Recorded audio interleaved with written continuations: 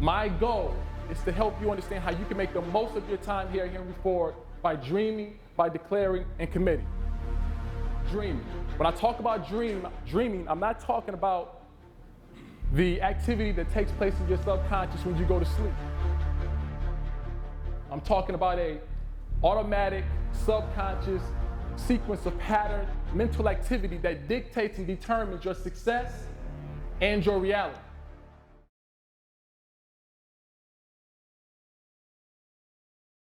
So I got a bunch of information I want to give to you. My goal is to do it in 15 to 20 minutes, be as efficient as possible, but I want your permission to be as open and honest as I possibly can so that you get exactly what you need to move yourself forward from point A to point B. So can I give you this information to be honest with you? Awesome, awesome. We're all here for a reason. The tricky part, as always, is to understand or identify the reason and understand the dimensions of that reason and how it can get you from point A to point B to point destiny. Within every moment of our life exists a law of polarity. Simply put, each and every happenstance of our life provides an opportunity for the awesome and the unamazing, all depending on the conscious control you have over your thoughts and emotions. That said, this time here at Henry Ford will be what you make it. It's all up to you. If you're looking for riches, if you're looking for wealth, you'll find it here. If you're looking for poverty, you'll find that also. The Chinese philosopher, politician, and teacher Confucius once said, "He who says he can and he who says he cannot are both usually right." So with that being said, he who seeks fulfillment and he who seeks emptiness will find it. So how do you find the life of your dreams? How do you find fulfillment? How do you find success? I'll come up with a very simple process or a very simple recipe. It's called Become. You dream, you declare, and you commit. 3-step process. Dream, declare, and commit. Let's put it in action. You dream about it, you declare it, and then you commit to it. And as my good friend Mitch Valley says, if you do those things, then success will be your next breath. Success will be your next breath. Now let's talk about success. Success, or the idea of it, is very simple. It's easy on the mind. But the process of success is rigorous, it's malicious, and it's vicious, and it has to be to separate those who like success versus those who obsess over success. My goal is to help you understand how you can make the most of your time here at Henry Ford by dreaming, by declaring, and committing. So let's jump right into it. Dreaming. When I talk about dreaming, I'm not talking about the activity that takes place in your subconscious when you go to sleep. I'm talking about an automatic, subconscious sequence of pattern, mental activity that dictates and determines your success and your reality. What I'll do is I'll give you the phase, I'll ask you to repeat the phase, and then I'll give you a brief description of the phase. And keep in mind, this process is totally cognitive. There's nothing physical about what we're going to talk about next. So let's talk about dreaming. The first phase is wonder. Everybody say wonder. Wonder. Wonder is the phase in which you question yourself in relation to the idea. So all you incoming athletes are probably questioning yourself and saying, I wonder what type of impact I will have on my team. I wonder what type of impact I have on my teammates. I wonder what type of impact I have on my coaching staff, my coach, on the win and loss column. Or maybe it's the reverse conversation. I wonder what type of impact these faculty and staff members will have on me academically. I wonder what type of impact my coaches, offensive and defensive schemes will have on my ability to showcase my talent so that I can move on to the next level. Every thought has a vibration. Every thought is real, and every thought has a vibration.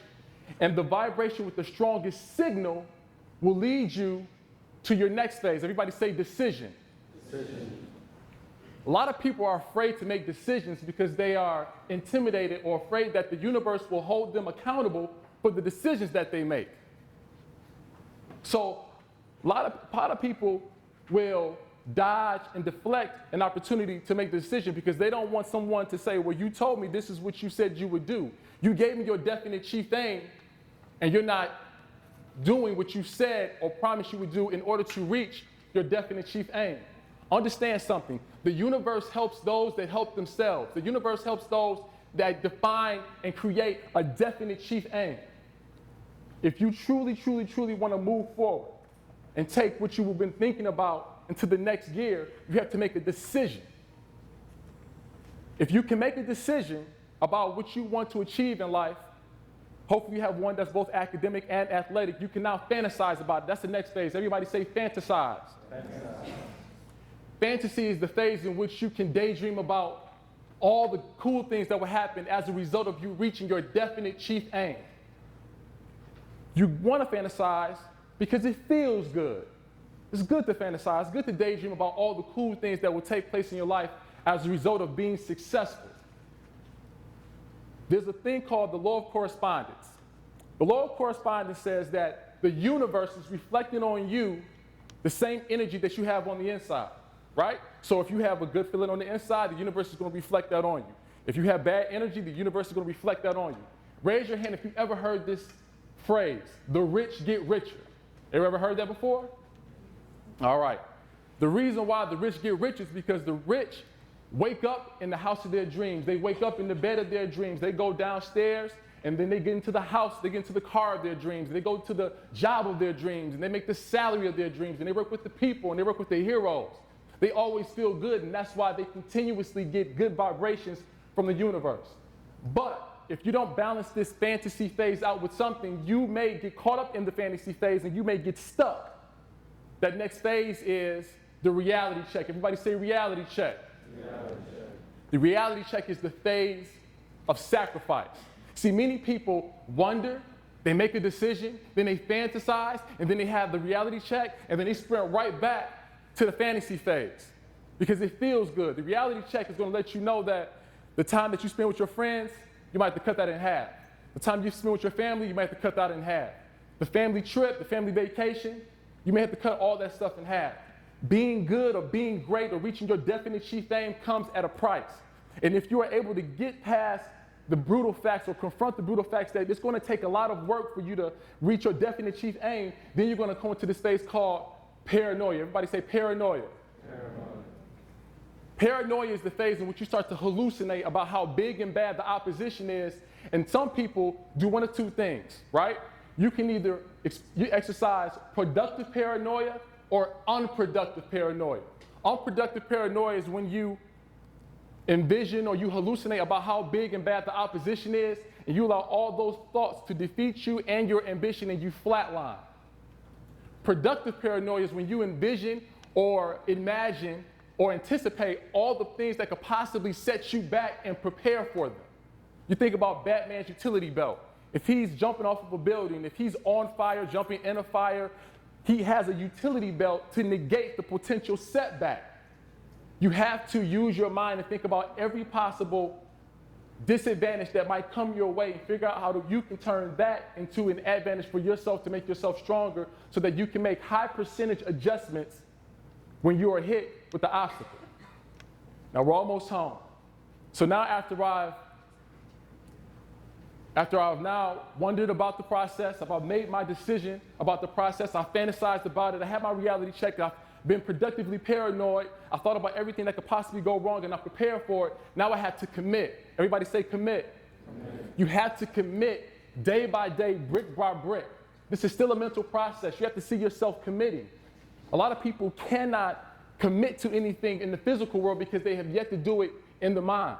You have to see yourself day by day committing to your definite chief aim. And the same thing goes for perseverance. Everybody say perseverance. There are so many people that can commit for a short period of time, but as soon as they feel that fatal blow that knocks them down, some of them never rise from the ashes, they stay down. But there's a group of people that are committed to their definite chief aim, and every single day they get knocked down, they get back up, they get back on the horse, they get back in the ring, and they continue marching on toward their definite chief aim. The last phase is success. Everybody say success. You have to see yourself succeed in the mind. There is some homeless person on the corner who can never see himself in a mansion. There is some person in a mansion who can never see himself on a corner. This is why. You might be able to see yourself winning, right?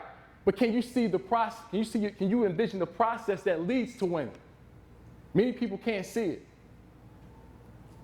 The person that's on the corner cannot see himself leaving the corner, finding a place to freshen up, finding a way to get his clothes clean, finding himself to get himself together so that he can go into some sort of establishment and ask for some sort of job on a temporary basis, on a part-time basis, and at least get minimum wage, at least take the first step that might lead to the mansion.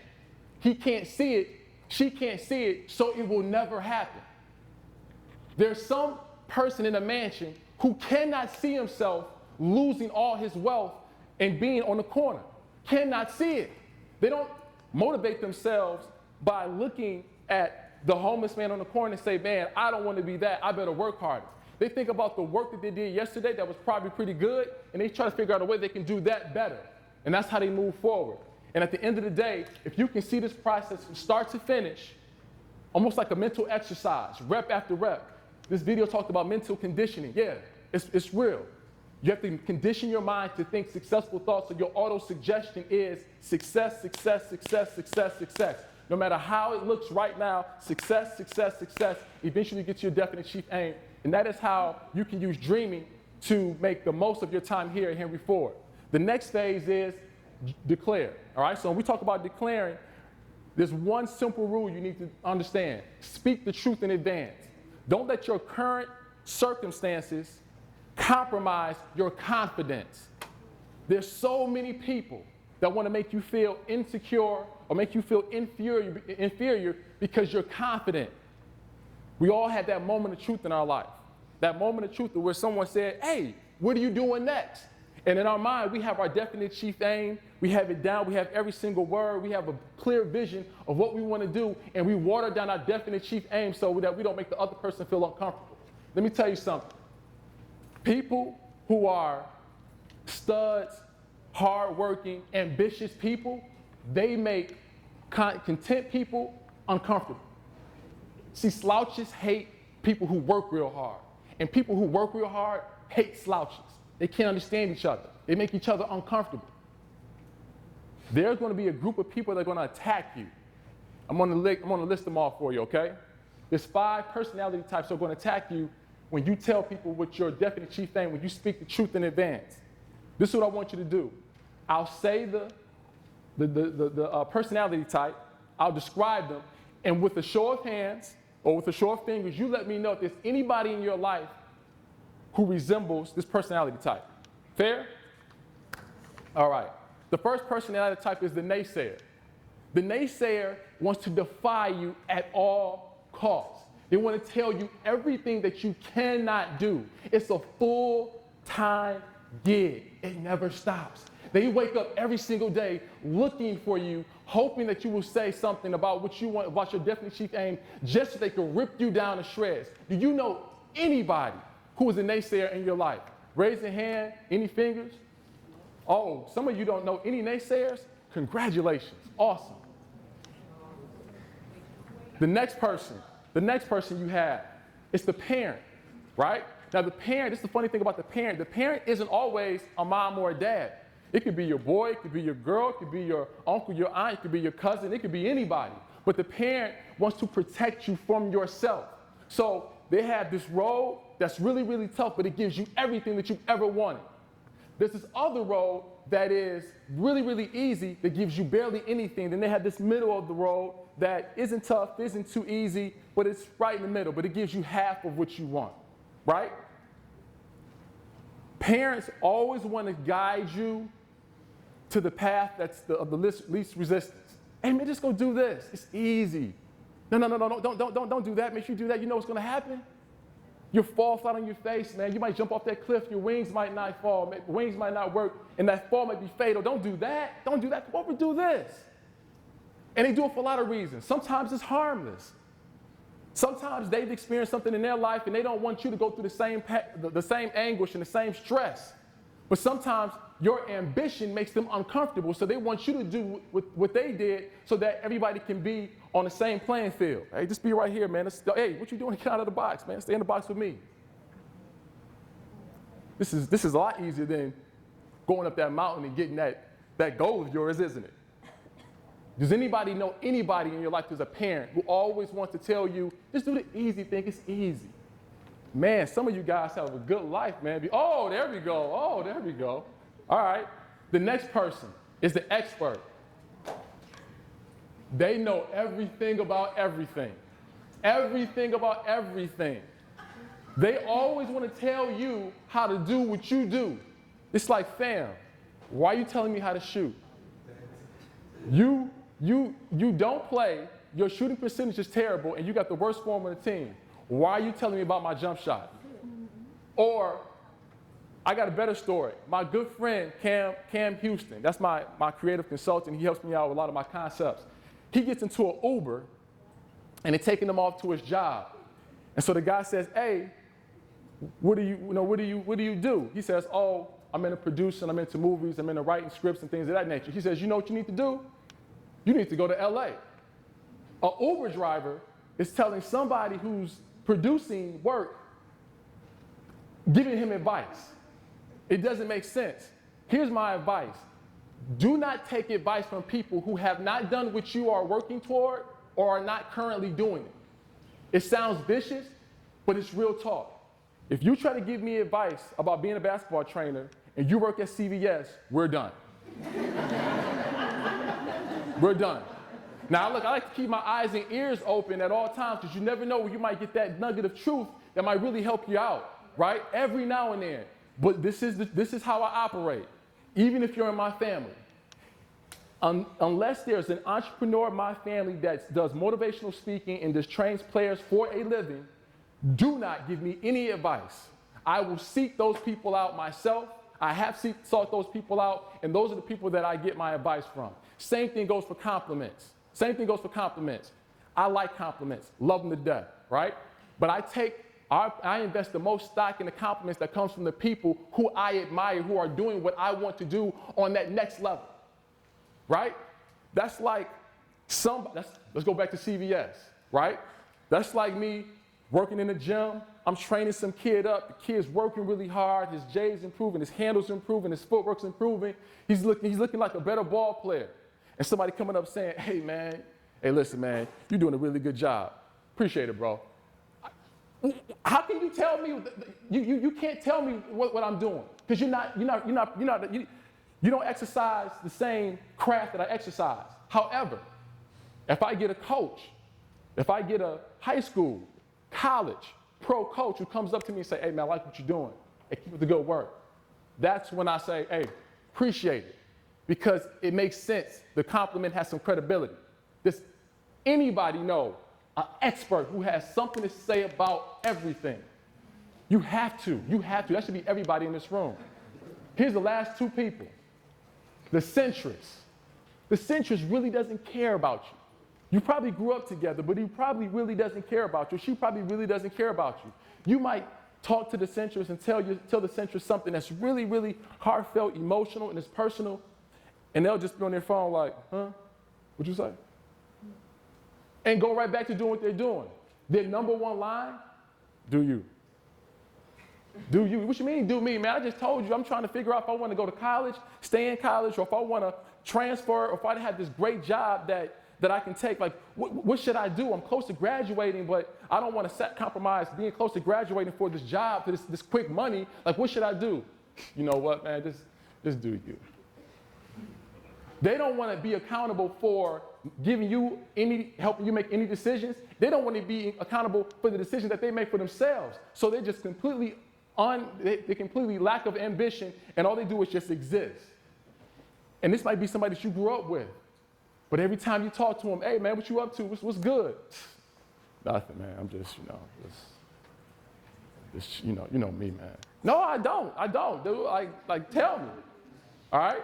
Does anybody know any centrists in their lives? Anybody who just doesn't really care? They hang around you, but you're like, bro, you really don't care what I'm about to do. I'm about to jump off this cliff. What you think about that? Hey, man, you got to do what you got to do. Like, all right. Got you. Now, this last one is everybody's favorite. It's everybody's favorite. It's the cosigner.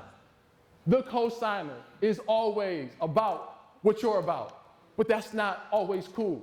I'm just going to give you a short little skit that I wrote up to demonstrate how the cosigner operates. It's going to be two people. Yo, bro, I'm thinking about leaving Stacy. It's not working out. We fight, we argue, we're always beefing. I don't think it's a good look. What should I do? Bro, I'm with you. I hate her. Listen, this is what you need to do. You and I need to go to the club, get on these chicks tonight. But you know what, man? We've been going together for so long. I got to find a way to make it work. There's no sense in us destroying everything we've built over something silly. Bro, I feel the same way you do. As a matter of fact, you guys belong together. I can't wait till you guys get married. And I hope I'm your best man, because I want to be the one that gives that best man speech. It's going to be an awesome day, bro. Call her right now and tell her you're sorry, man. Right now. But you know what, bro? I need to change the scenery, man. I got a lot of things I got to think about. It's just not a good time. I know what I'm going to do, bro. I'm gonna call it a day. I'm just going to cut it off, man, and just move our separate ways. That's what I'm talking about, B. Me and you, right now. Let's go to the club right now. It's 3 in the afternoon. I know, B, we out, all right? That's what the Centrist does. It's non-stop. You never go. Every time you take a step forward, you take a step back. You take a couple steps forward, take a couple steps. So eventually, you never go anywhere with the cosigner. There's anybody. And I need all hands to show you know anybody who's a cosigner. You probably know some cosigners like, bro, dude, why you, like, every single time, right?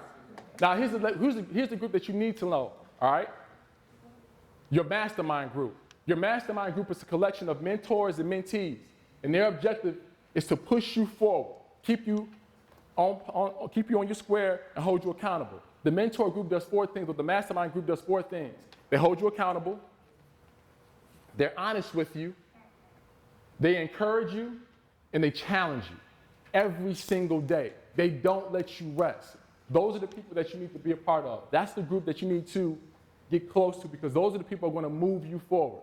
So in close, you can make the most of your time here by doing this one thing. Stay away from those other 5 people that I told you about, and make sure that you speak the truth in advance. Don't let your current condition compromise your confidence.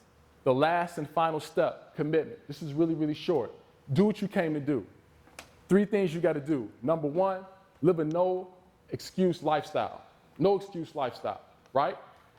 Forget just get out of your system and come into each and every opportunity to execute an objective by saying, I'm going to figure it out come hell or high water.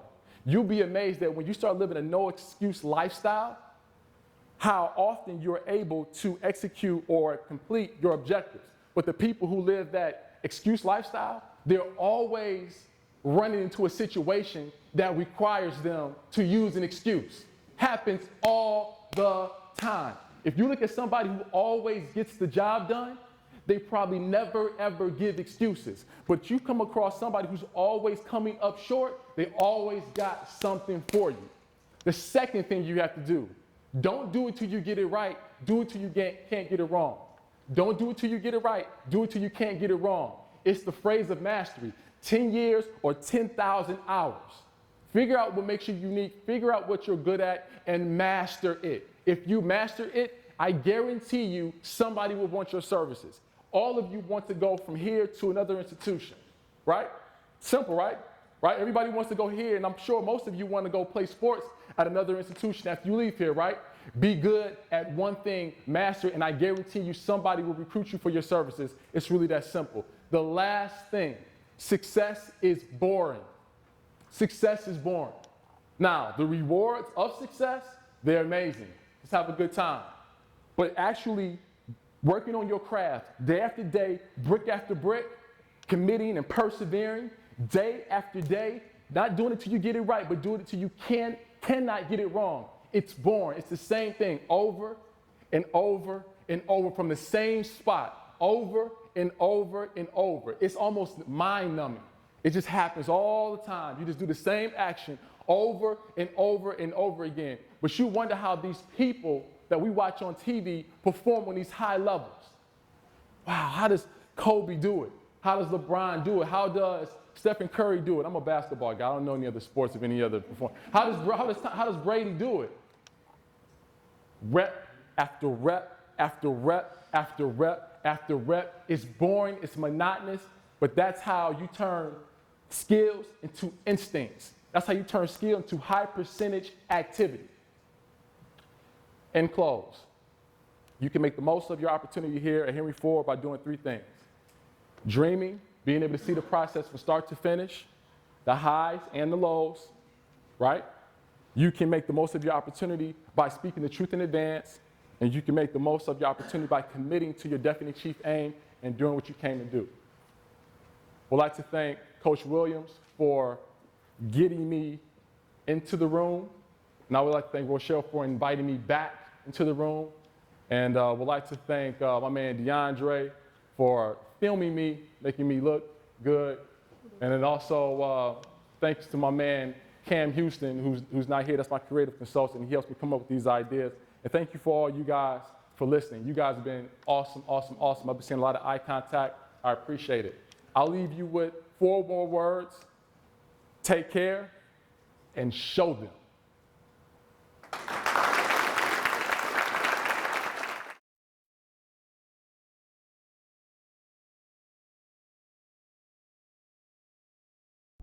My goal is to help you understand how you can make the most of your time here at Henry Ford by dreaming, by declaring, and committing. Dreaming. When I talk about dreaming, I'm not talking about the activity that takes place in your subconscious when you